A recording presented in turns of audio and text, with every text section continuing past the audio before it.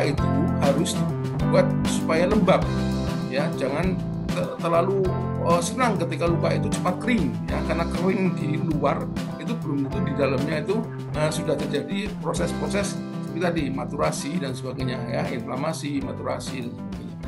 Konsep moisture balance ini, nah ini Anda bisa lihat di sini lembab atau moist, ya. Proses penutupan luka ada migrasi sel itu 2 kali lebih cepat dengan teknik dibandingkan dengan teknik kering. Jadi ini sudah ada risetnya bagaimana kalau luka itu dibikin kering dan bagaimana kalau luka itu dibikin moisture.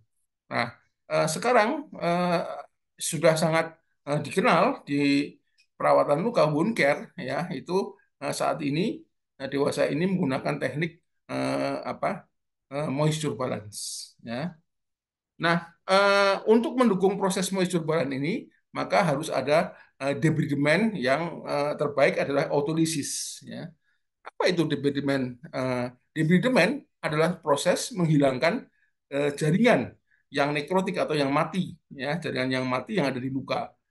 Supaya apa? Supaya aliran darah, aliran oksigen, aliran apa namanya mediator-mediator inflamasi dan sebagainya itu akan menjadi baik dan sempurna sehingga proses 3 proses ya tadi ya inflamasi, proliferasi dan maturasinya itu menjadi baik berlangsung dengan cepat.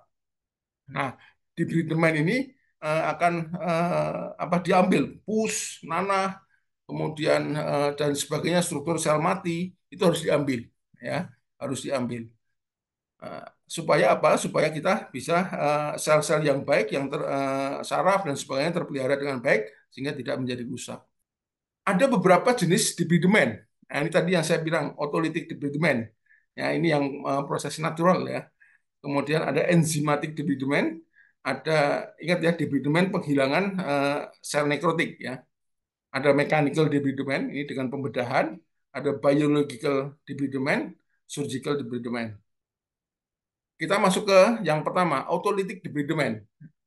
In vivo enzim ya self digest devitalisasi tisu. Jadi menggunakan enzim-enzim yang akan mengelola ya akan memakan, mendigest, mencerna dari apa namanya jaringan-jaringan yang mati.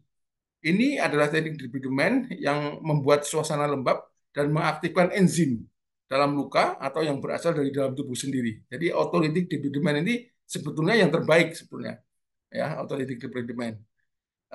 Caranya ya tadi membuat suasana lembab. Jadi cara memancing apa namanya memancing dan menjamin autolytic debridement ini berlangsung dengan baik.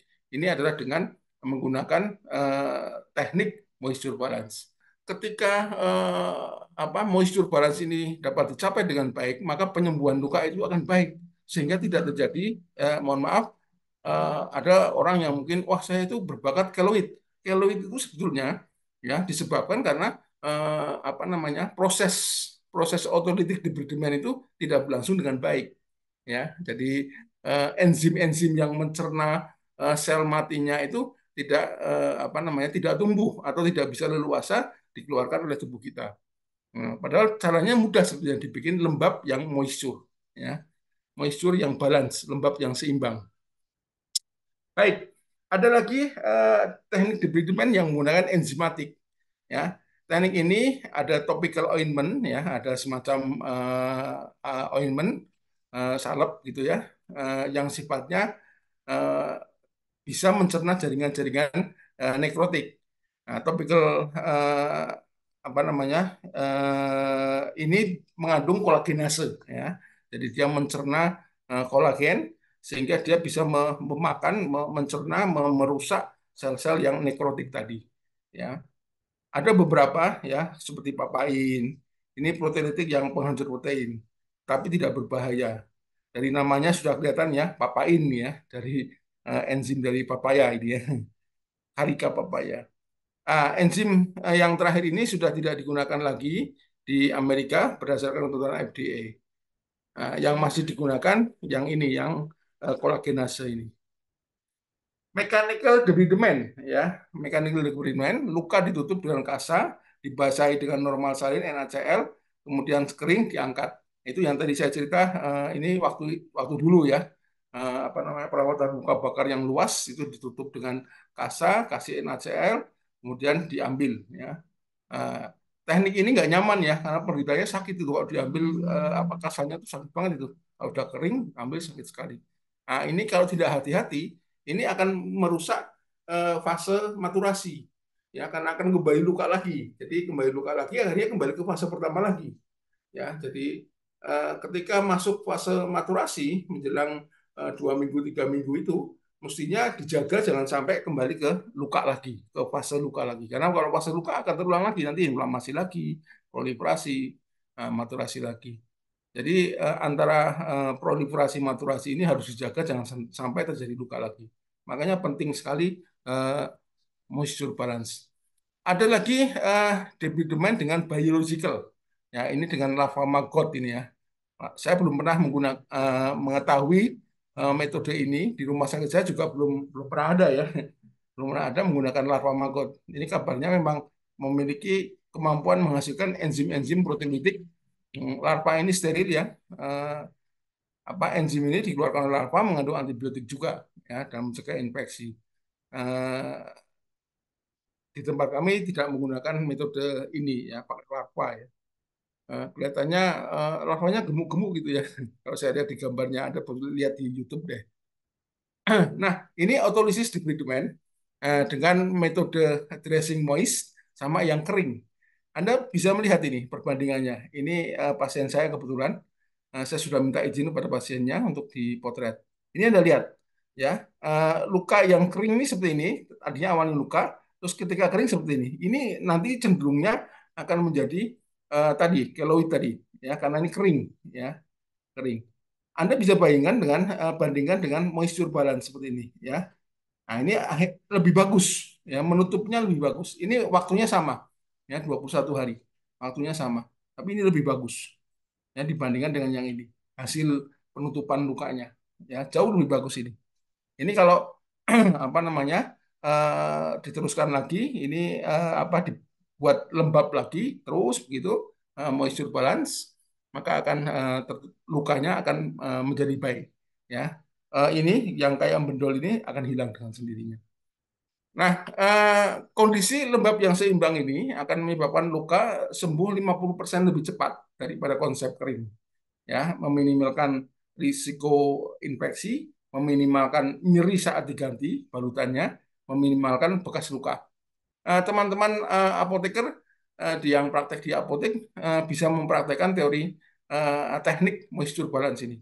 Saya punya apa namanya, lembaga training sering melatih teman-teman apoteker praktek di apotek ini untuk bagaimana cara merawat luka sederhana, ya, luka sederhana yang tidak terlalu berat. Kalau yang sudah berat-berat biasanya kami kerjasama dengan perawat apa namanya, yang wound care, ya, spesialis wound care. Moisture balance ini tekniknya pakai akronimnya ini ya, luka atau wound, kemudian exudat I itu infeksi. Jadi kalau melihat luka itu dilihat tiga-tiganya. Adakah dasar lukanya ada, atau wound bednya ada, kemudian exudatnya ada enggak, kemudian ada infeksi tidak. Ya. Nah, ketiga ini kita akan melihat eh, eh, pertama kali melihat luka, luka dasar lukanya itu gede, kecil, ya, dalam tidak, nah itu kan dilihat. Terus kemudian ada eksudatnya enggak? Nah, kalau ada eksudatnya harus dibersihkan, ya, harus didebridement, ya, dibersihkan dengan mekanik, dengan apapun juga bersihkan. Paling mudah itu dengan menggunakan larutan NaCl steril, ya. Jadi kalau apa yang kita latih itu biasanya teman-teman apoteker kalau menghome care pasien yang minta dirawat lukanya itu dengan menggunakan NaCl, ya, ada pakai penyemprot gitu ya, semprotkan gitu ya sampai dibersihkan, eksudatnya sampai hilang, ya, dengan apa, kasa steril dan disemprot lukanya dengan NaCl sampai hilang.